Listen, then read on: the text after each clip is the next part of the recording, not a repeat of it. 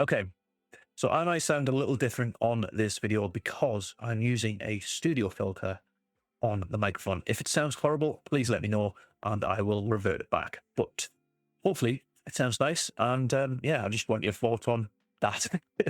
So Sunderland have signed and officially released the statement for the signing of Roefs, new goalkeeper, potentially Pato's competition. Feel a little bit sorry for Mendy and Simon Moore in this, but it's the right move for the club. We have discussed our potential gaps and bridges to make a Premier League ready full squad, and goalkeeper was one of them and striker was another.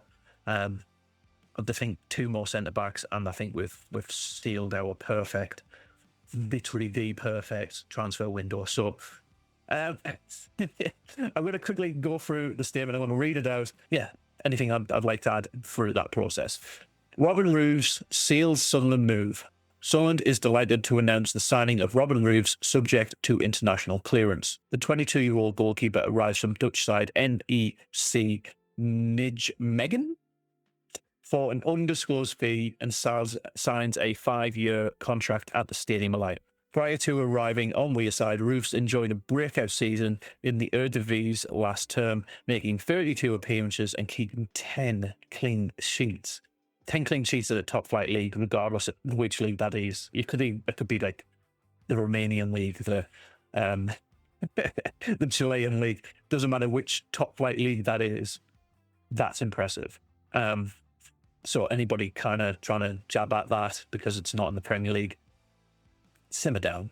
His performances played a pivotal role in a successful campaign for NEC, whose 8th place finish has secured a spot in the 25-26 UEFA Europa Conference League. Okay, fair enough. Got top half finish essentially with those 10 clean sheets, kept them in contention. I don't think NEC are they're essentially the equivalent of maybe Crystal Palace or Brighton, that kind of level for the Eredivisie. So yeah, that's really quite impressive. Roefs also made his presence felt on the international stage, making 10 appearances for Netherlands Under-21s, including 5 at the 2025 UEFA European Under-21 Championship, as Jean Orange reached the... How do you say that? Jean Orange. Jean Orange. I'm not good at Dutch, am I? Reached the semi-finals. Speaking about his move to SAFC, he said, "It feels really good to have signed for Sunderland. Joining such a big club with a rich history is a proud moment for me, and I'm excited for the challenge ahead of the Premier League. Last season was my first real experience as a senior goalkeeper, and I was happy how it went." Of course you were. Especially with the stats at the end of the campaign. To be part of this journey at a club like Sunderland is really special, and I'm looking forward to the campaign ahead. Christian Speakman added, "Robin is a talented young goalkeeper who has been in high demand this summer after an impressive season in Eredivisie. Right from the opening conversations, his desire to join Sunderland was clear, and we're delighted that he is now a member of our team. This was an era of our squad where we wanted to increase competition." That's a really interesting comment. "And he has all the attributes to play at the highest level. So we are looking forward to working with him to ensure he achieves that outcome at the Stadium of Light." So I'm not going to really go into what Roefs says, because that's generally, I'm joining a new club. Thank you for employing me. That's by the by, and kind of at the stage very, very superficial and top level. So like, he's obviously aware of Sunderland is because he's a professional footballer. Saying Sunderland's a big club is not really anything new.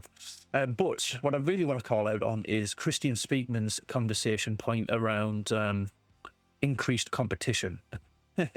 So that to me tells me Blondie Nweku is going to be out the door, because he hasn't really been coming into the fold. He had a very mixed performance in one of the preseason games, and he was in that squad that was sent to Gateshead instead of South Shields. So For those of you that don't know, the ones that were included in that Gator squad was apparently all listed as potential potential players to get released or sold on. So there is that potential, or go down to the academy level. So if you're under that age, which Blondie might be, you might drop down to the academy again rather than be listed as a first team men's player. Yeah, we'll see what happens with Nano Echo. But also competition from a Simon Moore perspective. Simon Moore was essentially our second string replacement goalkeeper for Anthony Patterson whenever Patterson felt under the weather or wasn't going to be featuring in that game. And Anthony Patterson, quite frankly, is our number one choice, and he has been for the last 2 or 3 seasons consistently.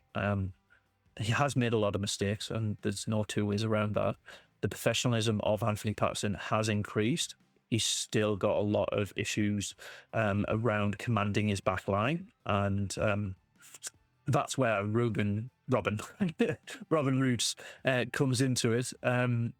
He quite clearly is a not afraid to be vocal in the box. I've seen a couple of his highlights already, and you can see how his backline have reacted to his commands for catching corners, clearing free kicks, and to be fair, the basic of kicking the ball out, just distribution from Roefs is that much better than Patterson, and it might be like essential in the Premier League to have effective distribution down the left and right wing for counter-attacking play. So it does make sense that the introduction of Roefs will naturally create that competition for Patterson.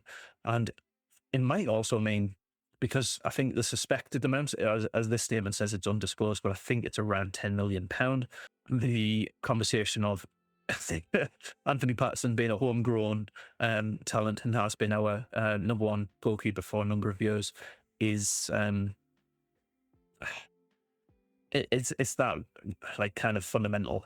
Do you reward a player that has been with us throughout that entire time and helped us get to that level by giving him basically a swapping mechanic with Roefs, who's just come in to bridge the gap? See, I can see Roefs starting over Patterson just purely based on a stats perspective. So it's going to be very interesting over the next watch along. So again, if you're new to the channel, I do watch alongs. Subscribe to get yourself notified for whenever I do a live stream. It's usually I go live about 15 minutes before kickoff. So little self plug there, but yeah. On that, I can see Roefs not necessarily playing in the next game, or maybe in the second half of the next game, but Pato's out injured, so it's gonna mainly fly on Simon Moore to either like completely step up and break into the squad already, or because he hasn't passed international clearance yet, I don't think we're going to see Robin for at least the next 2 games. Even though they are preseason friendlies, it would be nice to see how he performs under a little bit of pressure. I don't want Robin's first game to be against West Ham. I want to see him in a Sunderland shirt before then. So hopefully that international clearance is quick. And that's my thoughts initially around Robin. And anyways, how do you say Mark Gaio? I think the Gaio, Guiu, will be. Oh, I've struggled with this one. I've seen like 80-90% confirmed loan signing of Mark Guiu, Guiu, is a 19-year-old Barcelona Academy striker who currently is a Chelsea player. He's come on loan to Sunderland for a year. I am not going to go into depth until he is officially a Sunderland loanee for the upcoming season. Having a loanee 19-year-old from Barcelona/Chelsea, again, the caliber is there. Clearly, they need a little bit of high-level first-team football. So again, really good prospect, but we'll go into a bit more depth into the official video, the official announcement of him. But if you do have any thoughts on Gaio beforehand, let me know before I release that video, and I'll potentially feature your quote in the next video. But yeah, special shout out to whoever comments, I guess. And yeah, I'll see you for the watch along tomorrow.